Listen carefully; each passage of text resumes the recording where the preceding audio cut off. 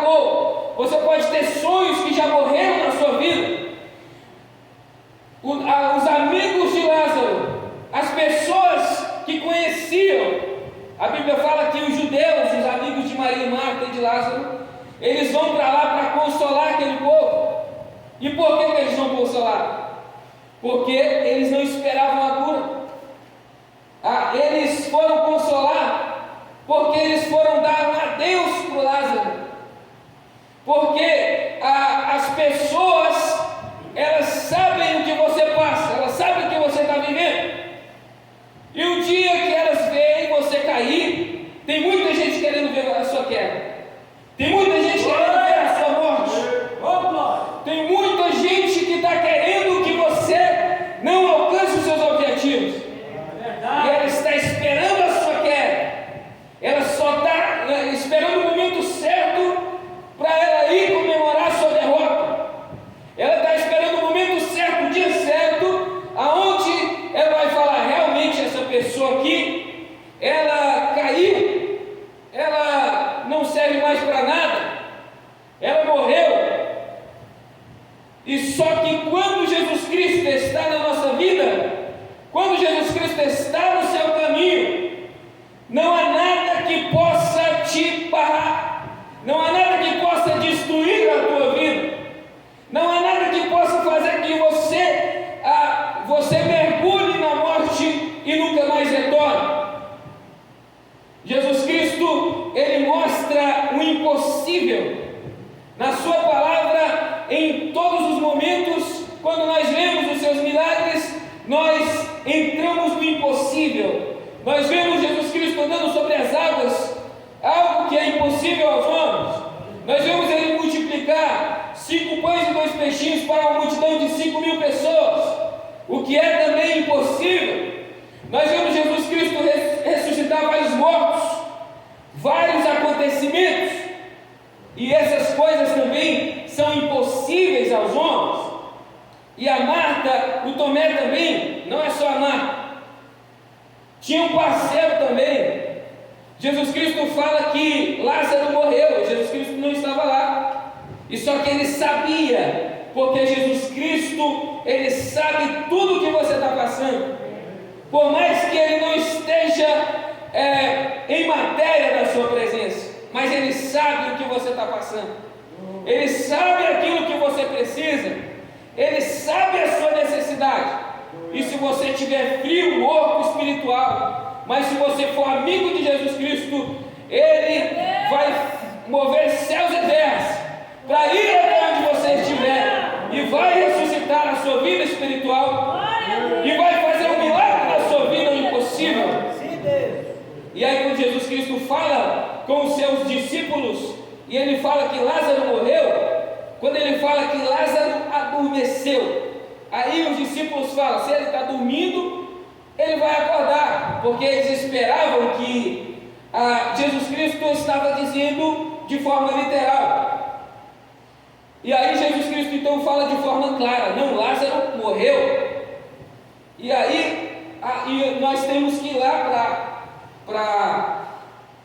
para ressuscitar ele. E aí o Tomé fala assim: então vamos também para morrermos com ele.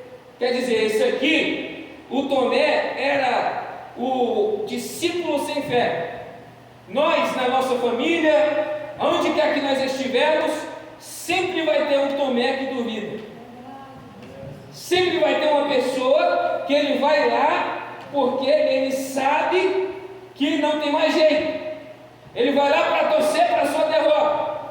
Você vai estar torcendo na Copa do Mundo para o Brasil, e o cara vai estar torcendo para outro time. Ele não tem fé no impossível de Deus, ele não acredita no milagre. Ele é aquela pessoa que não adianta, ele é a pessoa negativista. E aí quando você se aproxima de pessoas muito negativas, de pessoas que não têm fé, essa pessoa vai te contagiar com a falta de fé dela. Você vai sendo contagiado com a falta de fé, e daqui a pouco você se torna aquela pessoa cética, aquela pessoa que quando abre a palavra de Deus, você não consegue mais ver o Espírito Santo, você se torna um caçador de erros. A pessoa cética, ele não tem fé para entender aquilo que diz na palavra de Deus. Ele abre a Bíblia para encontrar onde que tem defeito, aonde que Jesus Cristo errou. A Bíblia fala que Jesus Cristo nunca errou, que Jesus Cristo nunca pecou. O cético vai abrir a Bíblia e vai pegar uma passagem onde Jesus Cristo derruba as mesas dos cambistas e fala que na casa do meu pai não é lugar de vender essas coisas. E aí ele vai dizer que Jesus Cristo pecou nesse momento.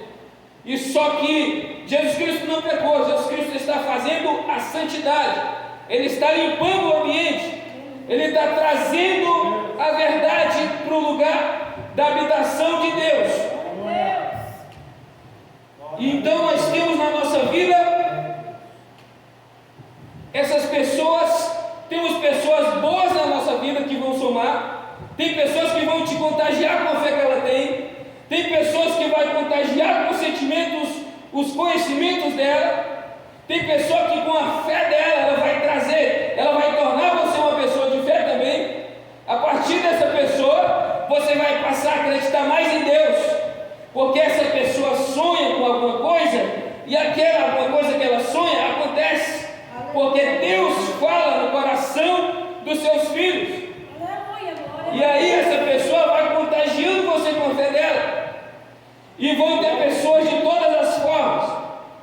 Então Jesus Cristo, Ele... Glória a Deus! Aleluia! A ideia que eu falei também do ceticismo da Marta, né? A Marta tem uma passagem onde ela mostra, parece que ela tem até fé. Ela fala: Senhor, se estivesses aqui, meu irmão não teria morrido. Mas sei, olha só, se estivesse aqui, meu irmão não teria morrido. Então, se morreu, já era, não tem mais jeito. Só que, olha, ela já dá uma ideia: mas sei que mesmo agora, Deus te dará tudo o que pedires. Versículo 21 e 22. Então, peraí, te dará tudo o que pedires. Então, ela tem fé. Aí, olha, Jesus Cristo, em resposta ao que ela fala, Ele dá uma resposta de fé para ela. Mas sei que Ele vai, Jesus Cristo fala: o seu irmão vai ressuscitar. Fala para ela, porque ela demonstrou fé. Tudo que você pedir vai ser realizado. E aí Jesus Cristo fala: o seu irmão vai ressuscitar.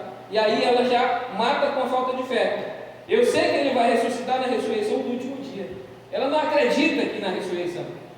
Então, e aí Jesus Cristo fala: eu sou a ressurreição e a vida. Aquele que crê em mim, ainda que morra, viverá.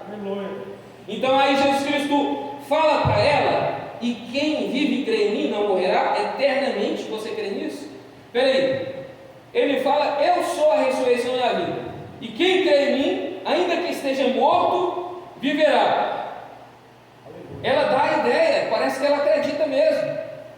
Só que a resposta dela já era desconexa.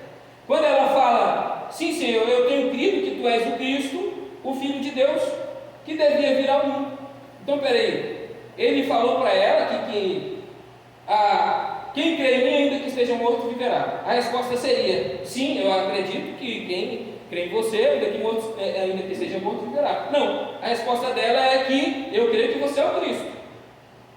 E só que lá na frente, lá no versículo 39, Jesus Cristo fala: tirem a pedra. E olha o que Marta fala: Senhor, ele já cheira mal, pois já faz 4 dias. Então quer dizer, ele não tem mais jeito, já tem 4 dias que ele está morto. Jesus Cristo, quando ele fala que Ele é a ressurreição e a vida, e aí nós entendemos que nós não podemos comunicar com os mortos, porque em Deuteronômio fala que comunicar com os mortos é abominação a Deus. E só que Jesus Cristo, a Bíblia fala que Deus é o Deus dos vivos e não de mortos. Então Abraão, Isaac e Jacó estão vivos espiritualmente, o espírito deles está vivo. E a prova disso é a transfiguração. Eu acredito que é Mateus capítulo 16 ou 17. Transfiguração, ou é Lucas capítulo 17. Jesus Cristo transfigura e aparece junto com ele Moisés e Elias. E aí, quando ele vê Moisés e Elias junto com ele, as pessoas que estão ali vendo Jesus Cristo e o Moisés e o Elias, elas ficam impressionadas com aquilo. Jesus Cristo ele mostra então que ele é a ressurreição e a vida, que a vida está nele, e que qualquer pessoa que ele chamar, se Jesus Cristo estivesse aqui agora, ele poderia chamar a sua avó, a sua tia, qualquer pessoa que ele chamasse, essa pessoa aparecia na hora, porque ele é a ressurreição e a vida, e a vida está com ele. Se esse Deus que nós servimos, ele representa a ressurreição e a vida, então não é impossível para ele. Ele vem para mostrar para nós que não há impossíveis, que qualquer situação que você tiver, esse Deus vai cumprir na sua vida. Qualquer situação que você passar, esse Deus é a ressurreição e a vida na sua vida. E só que você precisa ter propósito com esse Deus. Você precisa ter amizade com esse Deus. Nós vemos pessoas que são amigas de Jesus, como Lázaro. E só que nós vemos também pessoas que eram inimigas de Jesus Cristo e que queriam a morte dele. E nós sabemos que muitas pessoas querem a morte do Evangelho, querem a morte da palavra de Deus. O marxismo tem lutado contra a igreja há muito tempo. O marxismo, quem conhece a história do marxismo nas escolas, houve massacres, morte de muitos cristãos. O marxismo se adentra a política, ele tenta a homossexualização de crianças. Isso é tudo um objetivo que o diabo tem para destruir a igreja. O diabo ele não está feliz com a vida que você tem com Cristo, e ele anda ao seu derredor. E ele procura um ponto fraco, algo que ele possa tocar em você, para que ele possa te matar, para que ele possa te derrotar. E só que você está guardado no esconderijo do Altíssimo. Você tem um Deus que está do seu lado e que ele te protege de todo mal. É aqui nessa passagem de João capítulo 11 que você encontra o menor versículo da Bíblia, que é o versículo 35. Jesus chorou. Jesus chorou porque ele se comoveu. Jesus chorou porque o Lázaro era o seu amigo. Você não vê nenhuma passagem de Jesus chorando por ninguém. E só que você vê aqui uma passagem onde Jesus está chorando pelo seu amigo, por causa da vida do Lázaro, que era o seu amigo. E é isso que você tem que ter na sua vida. Você tem que ser amigo do Senhor Jesus Cristo. E no dia que você precisar dele, em uma situação que você estiver abalado com a sua fé, esse Jesus vai estar clamando ao Pai com gemidos inexprimíveis. Ele vai estar gemindo por você, chorando por você, e ele vai estar clamando pela sua vida, porque Jesus Cristo, ele está presente na nossa vida, na pessoa do Espírito Santo. Jesus Cristo disse para os apóstolos em João 14, que eu vou, mas eu voltarei e vos levarei para mim mesmo, para onde eu estiver, estejais vós também. E ele fala que eu enviarei o Consolador que já está entre vós, e se eu não for, ele não vem. Quer dizer, já está entre vós, que é ele em matéria. Quando ele fosse, o Espírito de Jesus, como Paulo diz, vem em Espírito. Por isso que nós falamos, o Espírito de Jesus está entre nós. O Espírito Santo, ele está entre nós. O Espírito Santo, ele está no nosso meio, e ele é real na nossa vida. Nós temos que buscar a comunhão com o Espírito Santo. Eu com 14 anos de idade, em Manacapuru, no Amazonas, estava lá um colombiano que falava um português bem arrastado, e esse colombiano, o meu irmão falou: olha, você tem 14 anos de idade, você tem que batizar nas águas agora, senão você pode perder a bênção. E eu fui batizar nas águas pela pressão, eu não queria ser batizado, e eu batizei. Quando eu cheguei no templo, tinha um colombiano, e esse colombiano falou que ele tinha o dom de maravilhas. Ele tinha o cabelo branco, tinha cara de ter uns 60 anos. Hoje tem mais de 15 anos que isso aconteceu. Eu tinha 14 anos, não sei se ele está vivo ainda, nunca mais vi ele. E só que eu vi uma intimidade muito grande que ele tinha com o Espírito Santo. Ele, quando ele falava, ele estava ensinando acerca de Mateus 24, a vinda de Cristo, a volta de Cristo. E quando ele falava alguma passagem, o Espírito Santo corrigia ele de alguma coisa que ele tinha falado errado. O Espírito Santo corrigia ele, e ele falava: olha, tal data está errada. O Espírito Santo falou para mim que Israel voltou a ser nação em 1948.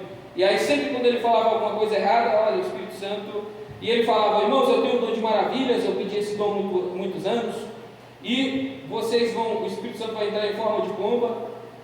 É uma coisa, por exemplo, que quando nós não sabemos o mover de Deus na nossa vida, às vezes a gente fica com medo. E entrou em forma de pomba, bateu asas, derramou brasas sobre a cabeça da gente. A gente não via a pomba, mas a gente sentia as asas batendo na nossa cabeça. E a partir desse dia, a partir desse momento, eu recebi o poder de Deus como se ele derramasse brasas na minha cabeça. E aí, a partir desse momento, Deus começou a falar comigo. Eu passei por muitas situações na minha vida, e aí esse Deus continuou falando comigo, porque Ele conhece a sua vida, Ele sabe em que situação que você vai se meter, Ele sabe que problema que você vai causar para si mesmo no futuro. E só que Ele sabe de tudo, Ele sabe do começo e do fim. Ele é um Deus que Ele está fora do tempo. Aleluia. Acho que acabou aqui. Glória a Deus, aleluia. Glória a Deus. Então Ele sabe tudo que você vai passar. Às vezes você está numa vida com Deus, você está numa fé e você não sabe o dia de amanhã. Deus, Ele sabe. Ele vê o dia que você nasceu e Ele vê você deitado no caixão. Ele sabe quantos dias que você vai viver, porque para Deus não há impossíveis. Se Deus não soubesse o futuro, Ele não saberia do Armagedon. Se Deus não conhecesse as últimas coisas, o Apocalipse não teria sido escrito, aonde conta a marca da besta, as últimas coisas, aonde tem o tempo de Deus, porque o tempo de Deus não é o nosso tempo. Jesus Cristo, Ele espera 2 dias para que Lázaro definitivamente, com a visão dos judeus, ele estivesse morto segundo os judeus, porque os judeus, eles acreditam que o espírito fica vagando ao redor do corpo durante 3 dias, e dentro de 4 dias essa pessoa morre de fato, porque o espírito dela vai embora, ela volta para Deus, para o mundo dos mortos, ela toma uma direção com Deus, ela vai para algum lugar. Então,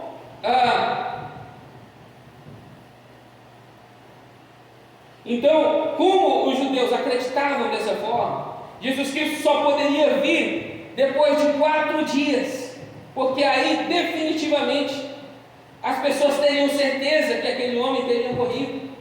Se Jesus Cristo viesse antes, eles diriam que foi um ilusionismo, que ele enganou, que foi mágica, o cara estava vivo, era amigo de Jesus.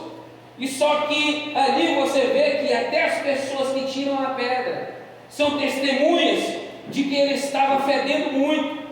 As irmãs são testemunhas que ele já fedia demais. Então, Jesus Cristo aqui mostra que não há como duvidar do que ele faz.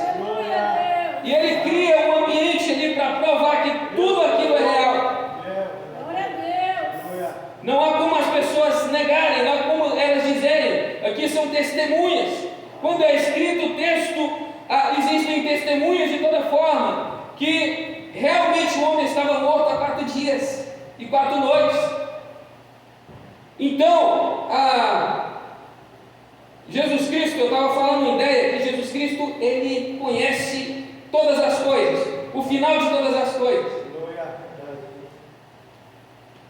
Nós acreditamos que nós estamos na geração do arrebatamento. 1948, Israel volta a ser nação, e de lá para cá, Jesus Cristo fala, que Ele fala da figueira, quando a figueira brotar, e a figueira é Israel. Quando Jesus Cristo fala da figueira, a figueira que é Israel, e Ele fala que a partir, não passará essa geração sem que todas essas coisas aconteçam. Então aí, de 1948, você conta uma geração, e aí você vê todas as coisas, no final do Apocalipse se consumar. Apocalipse capítulo 1, eu acho que é o versículo 3, está escrito: bem-aventurado aqueles que leem, que ouvem e que guardam as palavras dessa profecia, porque o tempo está próximo. Glória a Deus. O tempo no grego está escrito kairos, tempo de Deus, tempo que transcende eras. Se fosse como seria tempo nosso, é tempo de Deus. Então é tempo de começar e não de terminar. Começa em 70 depois de Cristo, e aí daí começa uma série de acontecimentos. Começa em 70 depois de Cristo, aonde o templo é destruído. Jesus Cristo fala: não ficará pedra sobre pedra que não seja derribada. E o templo foi destruído 70 depois de Cristo. Jesus Cristo fala que eles não deviam ir para o templo, eles deviam correr para os montes. E aí o que acontece? Os judeus correm para o monte, para os montes. As pessoas que conheciam Jesus correm para os montes, e os judeus correm para o templo. E acontece o banho de sangue, onde o imperador Tito decapita todos que entram no templo. Jesus Cristo falou: ai das grávidas e das que amamentam. As grávidas e as que amamentavam, elas não poderiam subir as montanhas, e por isso o imperador Tito decapitou. Jesus Cristo, ele predisse sinais dos últimos tempos, os poderes do céu seriam abalados. Jesus Cristo, ele dá todo o prenúncio de acontecimentos finais, de tudo que iria acontecer, porque Ele está voltando na nossa vida. Porque a fé pode ter morrido, mas Jesus Cristo está voltando. Porque a igreja, muitas pessoas não acreditam mais no avivamento, muitas pessoas não buscam mais o Espírito Santo, muitas pessoas não acreditam mais que a Bíblia seja um livro de verdade, porque elas estão afogadas na morte espiritual, na sua impiedade, na sua ignorância. E só que Jesus Cristo assim mesmo continua voltando. Aleluia. Muitas pessoas perguntam: mas Jesus Cristo está voltando, mas Ele está voltando em cima de uma tartaruga, porque até agora Ele não chegou. E só que nós vemos os sinais se cumprirem. Os sinais da vinda de Cristo têm se cumprido. Jesus Cristo, Ele dá muitos sinais da sua vinda para nós, e nós não podemos negar que essas são verdades. Jesus Cristo, note vocês que Ele deixa o homem ficar 2 dias ainda. No versículo 6, quando ouviu falar que Lázaro estava doente, ficou mais 2 dias onde estava.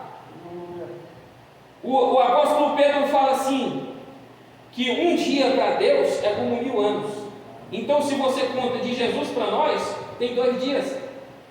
Tem 2 dias, tem 2000 anos que Jesus Cristo veio à Terra. 2000 anos. E só que o Pedro fala que o que está sendo construído é para expectação de fogo, é para ser destruído. O Pedro falou isso. E ele fala: não vos deixe enganar, porque 1 ano para Deus é como um dia. Quer dizer, 1000 anos para Deus é como um dia, e um dia para Deus é como 1000 anos. Então você entende aqui nessa passagem, nessa palavra profética, que tem 2 dias que Jesus Cristo falou que Ele estava voltando. E na geração que aconteceria todos aqueles acontecimentos, todos os fatos da vida de Cristo, onde o amor de muitos esfriaria, onde haveria morte espiritual, nessa geração era onde Jesus Cristo estava voltando. A ideia, eu não ia trazer essa palavra de Jesus Cristo está voltando, e só que eu acredito que Deus ele muda às vezes a palavra, o momento, tudo para aquilo que Ele quer falar. Então, o importante que nós devemos, finalizando aqui a palavra que me foi confiada, o importante na nossa vida é que nós tenhamos uma vida que, como fala Lutero, viva hoje como se Jesus Cristo tivesse morrido ontem, tivesse ressuscitado hoje e fosse voltar amanhã. É uma vida que nós temos que buscar amizade, proximidade com Cristo, porque o mundo jaz no maligno. O mundo só quer tirar de você a salvação, só quer tirar a coroa da salvação da sua vida, mas você não pode abandonar a fé, você não pode abandonar os princípios que Deus impôs na sua vida, você não pode abandonar aquilo que Deus colocou no seu coração, no momento que você sentiu que estava salvo. Eu perguntei para Jesus Cristo, qual que é o momento que nós somos salvos? Ele falou para mim, é o momento que você se torna adulto. O momento que eu me tornei adulto, eu tinha 8 anos de idade, e uma missionária falou, olha irmãos, aqui está cheio de crianças, mas eu acredito que nenhum aceitou Jesus. Quantas aí aceitou Jesus? Ninguém levantou a mão. Aí a missionária falou, então vem todo mundo para frente aqui, e a partir de hoje, vocês vão sentir uma coisa diferente, e quando vocês for fazer qualquer coisa errada, você vai sentir uma tristeza. Isso é porque você não tem o Espírito Santo ainda. E aí você vai aceitar Jesus, você vai receber o Espírito Santo. Não é o batismo, mas é a regeneração, é a salvação. E aí eu fui lá na frente, com 8 anos de idade, aceitei a Jesus, e a partir daquele dia eu me tornei adulto. Adulto mesmo. Quando qualquer coisa que eu ia fazer de errado, que eu sentia aquela coisa que eu não sentia antes, porque quem não teme a Deus, ele não sabe, ele não conhece pecado, ele não sabe o que é afastar do Espírito Santo. O Espírito Santo afastava de mim. Então eu sentia que Deus estava distante de mim e que eu precisava voltar de novo à santidade, ao arrependimento. E é isso que nós precisamos, viver em arrependimento, vivemos em santidade, porque sem santidade ninguém verá Deus. Se nós vivemos em santidade, nós veremos a Deus na nossa vida. Nós conheceremos, nós teremos a convicção de Deus na nossa vida. Quando nós vivemos em santidade, quando nós conhecemos, quando Jesus Cristo entrar na nossa vida e fazer morada na nossa vida, nós nos tornamos adultos. Nós nos tornaremos cada dia mais próximos de Jesus Cristo. Aleluia. Glória a Deus. Aleluia.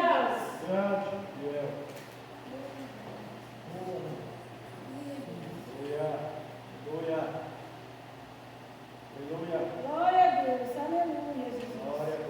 Então, o objetivo da palavra é essa. Eu acredito realmente, eu tinha outro final aqui. Deus mudou realmente, a palavra.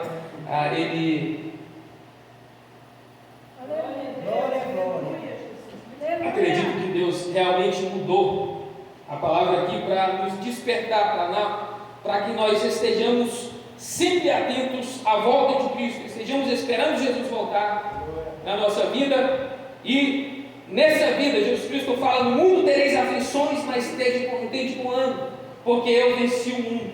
Então Jesus Cristo, Ele venceu tudo aquilo que Ele venceu o mundo, em geral, Ele venceu tudo. Ele foi aquele que a física não compreende, a ciência não compreende, nada pode compreendê-lo. Ele caducou a ciência.